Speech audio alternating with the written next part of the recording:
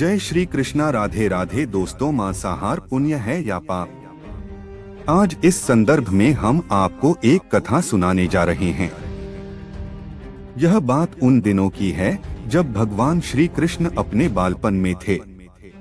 एक बार जब श्री कृष्ण एक पेड़ के नीचे बैठे बांसुरी बजा रहे थे, उसी तरह एक हिरन दौड़ता चला आया और उनके पीछे जाकर छुप गया। वो हिरन बहुत ही घबराया हुआ था। भगवान श्री कृष्ण ने उसके सिर पर हाथ फेरते हुए कहा, क्या हुआ? तुम क्यों छुप रहे हो? उसका पीछा करते हुए एक शिकारी भी वहां आ पहुंचा और बोला, यह मेरा शिकार है, इसे मुझे दे दो, इस पर मेरा अधिकार है। तब भगवान श्री कृष्ण बोले, हर जीवित जीव पर उसका खुद का अधिकार होता है, न कि किसी का। तब वह शिकारी क्रोध में बोला, यह मेरा शिकार है, इसे मैं पकाकर खाऊंगा।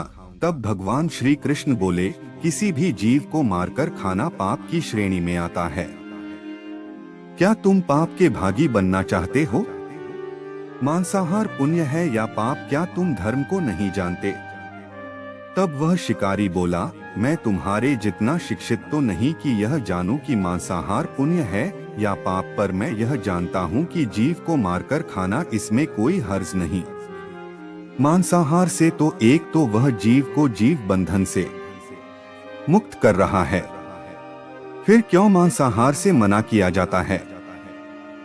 मांसाहारी होने को क्यों नहीं कहा जाता?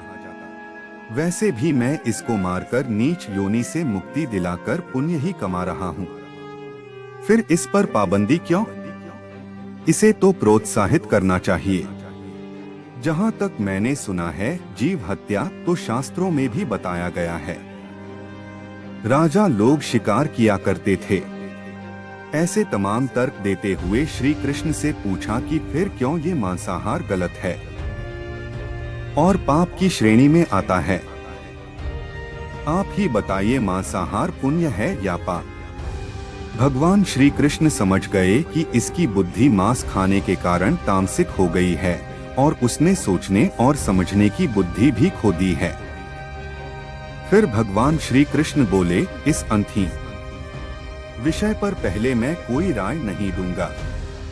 मेरी इस छोटी सी कथा सुनने के बाद तुम ही उत्तर देना कि मांसाहार पुण्य है या पाप और तुम्हें मांस खाना है या नहीं। वह शिकारी सोचने लगा कि इसमें मेरा तो कोई घाटा नहीं है, इस कथा को मैं सुन ही लेता हूँ, मेरा मनोरंजन भी हो जाएगा और बाद में मुझे इसका मांस भी मिल जाएगा। तो भगवान श्री कृष्ण ने अपनी कथा आरंभ की। एक बार मगध में खाद्य संकट खड़ा हो गया तो अन्न का उत्पादन कम रहा। राजा को चिंता हुई कि यदि इस समस्या का शीघ्र निदान नहीं किया गया तो संरक्षित अनाज कोष भी खत्म हो जाएगा और संकट भीषण हो जाएगा। तो सम्राट ने अपनी राज्य सभा में पूछा, देश की खाद्य समस्या को सुलझाने के लिए सबसे सस्ती वस्तु क्या है? मंत्रीगण सोच में पड़ गए। चावल, गेहूं, आलू इत्यादि पदार्थों को उगाने के लिए बहुत श्रम करना पड़ता है। वह तभी प्राप्त होते हैं जब प्रकृति का प्रकोप न हो। ऐसे में तो कुछ सस्ता हो ही नहीं सकता। तभी शिकार का शौक रखने वाले एक मंत्री ने सोचा कि यही उत्तम अवसर है, क्यों न अंधाधुंध शिकार के लिए राजा की अनुमति ले ली जाए। उसने सभा में कहा कि सबसे सस्ता खाद्य पदार्थ है मांस, इसके लिए धन का खर्च भी नहीं है और पौष्टिक खाना भी मिलता है। सभी सामंतों ने इस बात का समर्थन कर दिया, लेकिन मगध के प्रधानमंत्री अभी भी चुप थे। सम्राट ने पूछा, प्रधानमंत्री आप चुप क्यों हैं? आपने कोई अनुमोदन नहीं किया, आपका क्या मत है? प्रधानमंत्री ने कहा, मैं यह नहीं मानता कि यह कथन सही है कि मांस सबसे सस्ता पदार्थ है। फिर भी इस विषय पर मैं अपने विचार आपके सामने कल रखूंगा। प्रधानमंत्री उसी रात मांसाहार का प्रस्ताव रखने वाले सामंत के घर पहुंचे। सामंत ने इतनी देर रात प्रधानमंत्री को अपने घर आया देखा तो वह घबरा गया। किसी अनिष्ट की आशंका से वह कांप गया। प्रधानमंत्री ने कहा, संध्या को महाराज बीमार हो गए, उनकी हालत बहुत ही खराब है। राज वैद्य ने कहा है कि किसी शक्तिशाली देह का 2 तोला मांस मिल जाए तो राजा के प्राण बचाए जा सकते हैं। आप महाराज के सबसे विश्वास पात्र हैं, इसीलिए आपसे योग्य कौन होगा।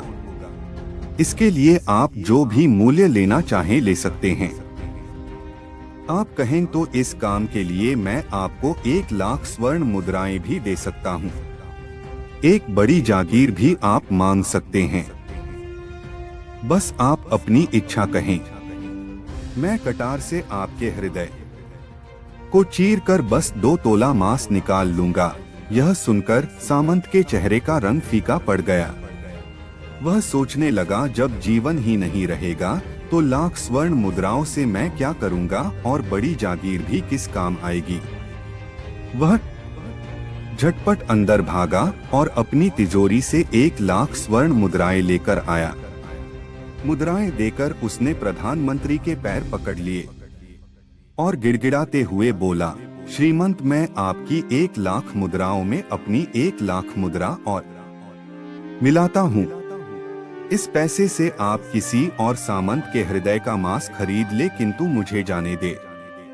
यह बात किसी और को पता न चले। मैं आपसे आग्रह करता हूँ। प्रधानमंत्री जी यह सब समझ चुके थे। वह उसे थोड़ी और मानसिक पीड़ा देना चाहते थे। प्रधानमंत्री ने आगे कहा, सामंत, आप शरीर से बलिष्ठ हैं। आपकी कद काठी महाराज से मिलती जुलती है। इसीलिए राज वैद्य ने खास तौर पर आप ही का नाम लिया है। आपके दान से हमारे अच्छे राजा की जिंदगी बच सकती है। आप कहे तो मैं आपको प्रधानमंत्री का पद देने को तैयार हूँ और खुद आपका कर्मचारी बनकर रहूंगा, पर प्रजा से हमारे राजा न छीने। सामंत तो फंसता हुआ दिख रहा था। उसने शरीर पर अंग वस्त्र रखकर अपने जूते भी पहन लिए। जैसे ही वह वहां से भागने वाला था, वह तुरंत प्रधानमंत्री के पैरों में लेट गया। उसने याचना की कि प्रधानमंत्री, मैं इसके योग्य नहीं हूँ। जब प्राण ही नहीं रहेंगे तो प्रधानमंत्री पद का या राजा का सिंहासन भी मिल जाए तो मैं उसका क्या करूँगा। आप चाहें तो मेरा सब कुछ ले ले, पर मेरे प्राण न लें। मैं अपना ये भवन और सारा धन आपको सौंपता हूँ।